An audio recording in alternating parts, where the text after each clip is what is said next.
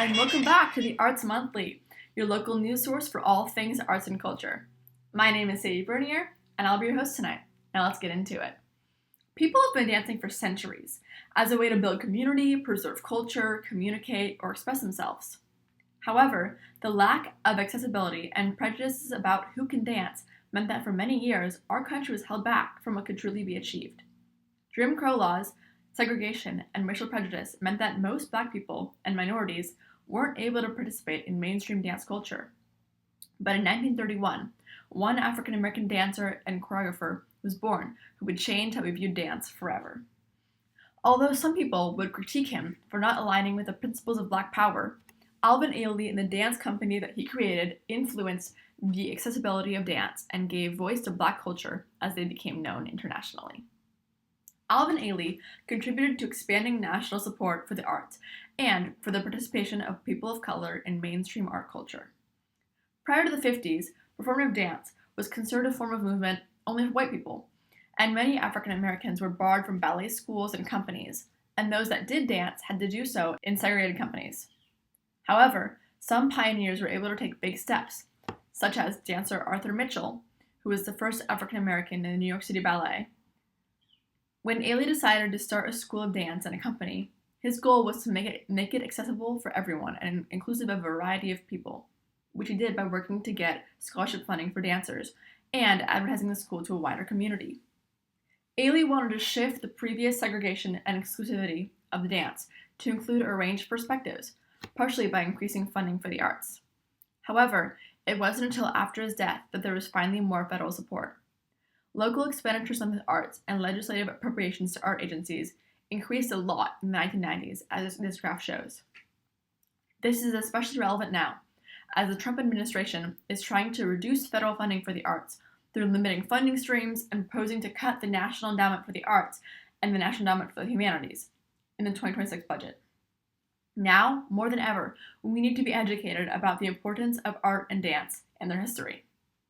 Things have changed a lot since Ailey founded his company, as art, especially dance, has become more central to society and supported by the government and public.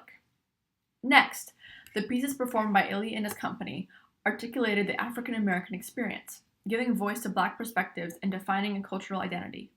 One of his most well-known pieces, Revelations, was inspired by his childhood experiences.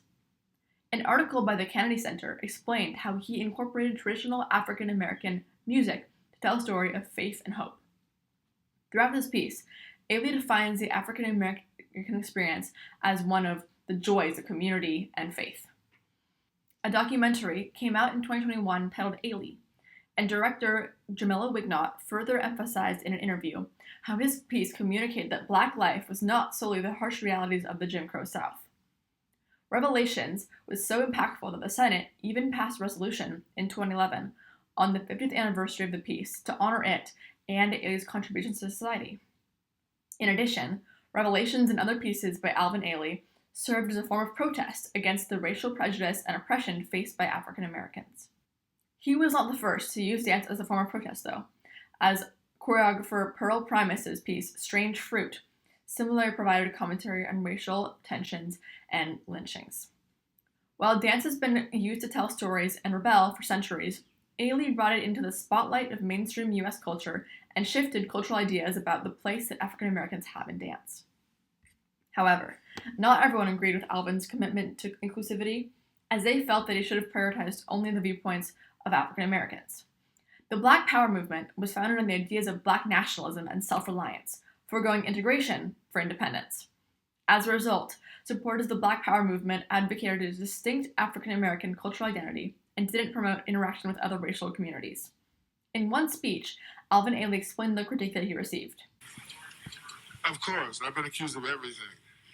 Mainly by the black groups. In the 60s, I had a lot of problems having a mixed company, in the era when it was the Black Power thing, and I had white and Asian people in my company that was saying, well, what are you doing with those people in there? Why should you have Japanese people in spirituals, and why should you have white people in blues, He believed that by including different people in his company, he was able to foster equality and expand the issue of African American protest to get more people involved. In his opinion, the goal of dance was to communicate across the barriers that were put up by language and identity, not build these walls up higher. Another note I want to add in is that while Ailey did have an enormous impact, he was still limited in what he could do, specifically for ballet. One PBS movie called Black Ballerina highlighted the struggles that African American dancers face in ballet, as that genre is still much more racially separated. Throughout his career, Alvin Ailey faced backlash from a variety of people. However, he persevered, and through his hard work, he left a lasting impact on the nation, making dance more accessible for all and telling the stories of Black culture. I'll leave you today with the reminder that learning about art can tell us a lot about society, and it is one of the best ways to communicate and unite across differences. We can't get the full picture of history just from what you read in a textbook about political figures and economics. As always, I'm your host, Sadie Bernier, and I'll see you next time.